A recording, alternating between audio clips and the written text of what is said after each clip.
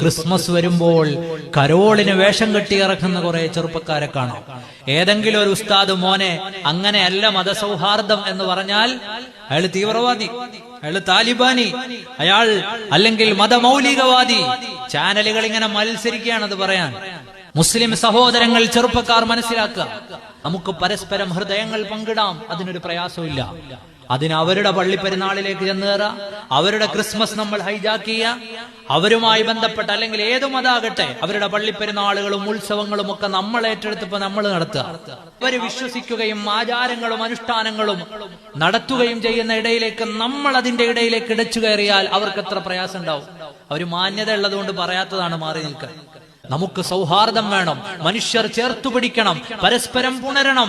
പക്ഷേ അത് മതങ്ങളുടെ ആചാരങ്ങളെ കടമെടുത്തുകൊണ്ടും ഹൈജാക്ക് ചെയ്തുകൊണ്ടുമല്ല.